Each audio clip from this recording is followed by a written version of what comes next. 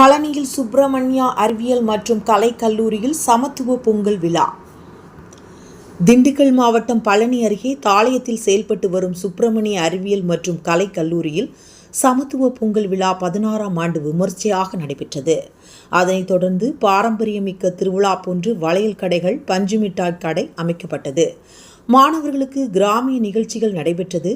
சுற்று வட்டார கிராமங்களிலிருந்து வள்ளி கும்மி ஆட்டத்தை ஆடியும் மாணவர் மாணவிகளுக்கு கற்றுக் கொடுத்தனர்.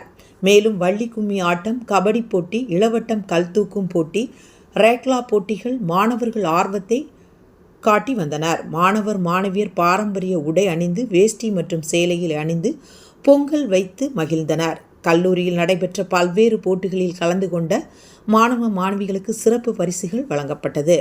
அதனைத் தொடர்ந்து சமத்துவ பொங்கல் வைக்கப்பட்டு தை திருநாளை முன்னிட்டு நடைபெற்ற இந்த பொங்கல் விழாவில் ஏராளமான மாணவ மாணவிகள் கலந்து கொண்டனர்.